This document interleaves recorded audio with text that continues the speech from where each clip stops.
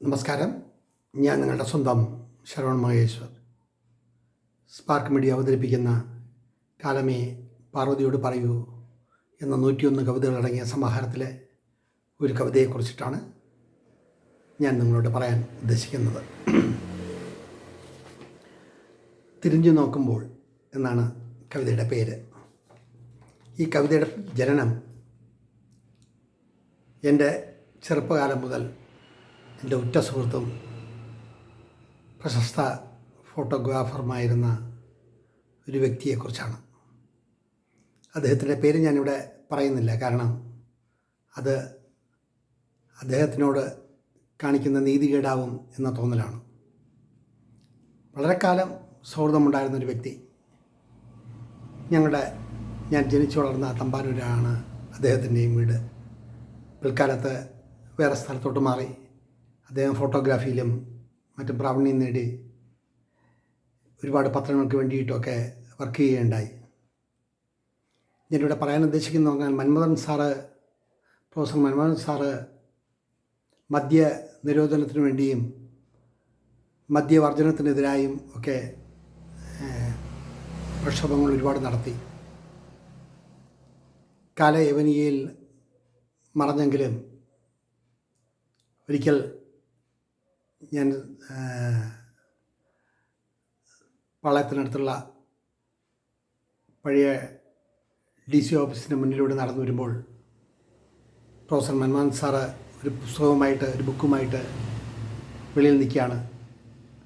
ജൂബയൊക്കെ അണിഞ്ഞ് ഒരു ഷോളൊക്കെ പുതച്ച് അങ്ങനെ നിൽക്കുമ്പോൾ അദ്ദേഹം എന്നോട് പറഞ്ഞു, കുഞ്ഞെ ഇങ്ങ് വന്നേ, ഈ ഒരു പ്രതിജ്ഞ എടുക്കൂ, ഈ പുസ്തകത്തിൽ ഒന്ന് ഒപ്പിടൂ.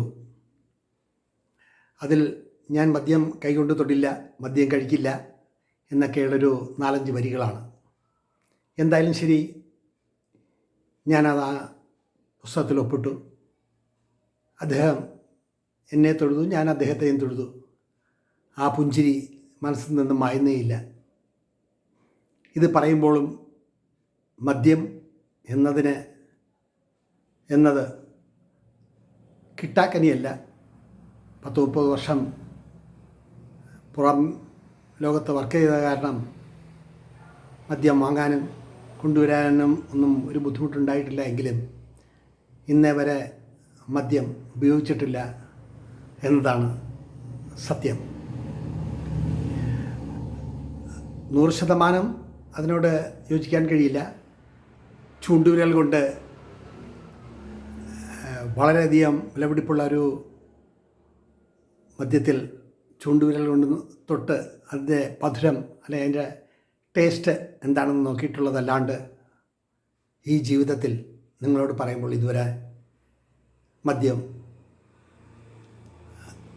ഉപയോഗിച്ചിട്ടില്ല. മദ്യം ഉപയോഗിക്കുന്നവരോട് വെറുപ്പും വിദ്വേഷമൊന്നുമില്ല. അതൊക്കെ ഓരോ വ്യക്തികൾ നിശ്ചയിക്കുന്ന കാര്യങ്ങളാണ്. പക്ഷേ ഇതുകൊണ്ട് ജീവിതം ഉന്നതിയിലെത്തുമോ എന്ന് ചോദിച്ചാൽ, ഞാൻ പരിചയപ്പെട്ടവരിൽ പലരുടെയും ജീവിതം അഗാധതയിലേക്ക് മുങ്ങിപ്പോവുകയാണ് ഉണ്ടായത്. ഇത്രയും ഇവിടെ പറഞ്ഞ എൻ്റെ ആ സുഹൃത്ത് മദ്യം ഉപയോഗിച്ചിട്ട് വീടിൻ്റെ ടെറസിൻ്റെ മുന്നിൽ നിന്നും വീണ്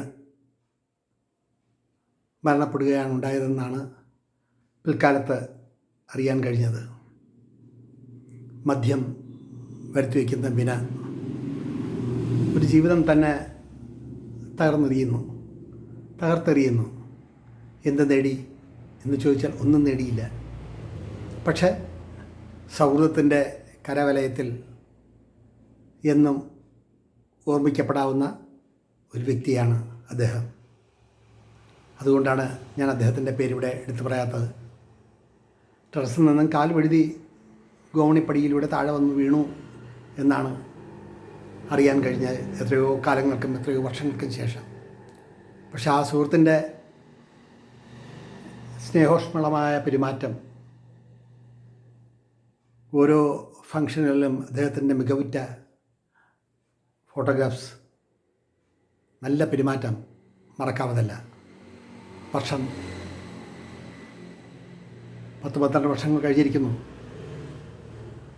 പക്ഷേ നമ്മുടെ മനസ്സിൽ കോറിയിട്ട ആ ഓർമ്മകൾ എങ്ങനെയാണ് നമ്മളിൽ നിന്നും വിട്ടകലുക?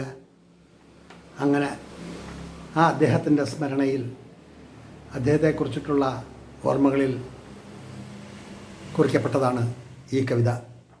അതിലെ 1-2 വരികൾ ഞാനിവിടെ ആലപിക്കാം. ജീവിതമെന്ന തോണിയിൽ ഏറെ തുഴഞ്ഞുപോയി, ജീവിതമെന്ന തോണിയിൽ ഏറെ തുഴഞ്ഞുപോയി, കയറ്റിറക്കങ്ങൾ ഇല്ലാതെ ഒരേ താളത്തിൽ ഒഴുകുന്നു. എവിടെയെത്തുമെന്ന ലക്ഷ്യബോധമില്ലാതെ, എവിടെയെത്തുമെന്ന ലക്ഷ്യബോധമില്ലാതെ, മനസ്സിൽ വ്യാകുലതകളുടെ കുത്തൊഴുക്കിൽ ഒഴുകി ഒഴുകി നീങ്ങുന്നു തിരിച്ചു വരാനാവാതെ. മനസ്സിൽ വ്യാകുലതകളുടെ കുത്തൊഴുക്കിൽ ഒഴുകി ഒഴുകി നീങ്ങുന്നു തിരിച്ചു വരാനാവാതെ. തുടർന്നുള്ള വരികളും അതിൻ്റെ ദൃശ്യവും കാണുക, ആസ്വദിക്കുക. ഇവിടെ ചുരുക്കട്ടെ എൻ്റെ വാക്കുകൾ. നന്ദി, നമസ്കാരം.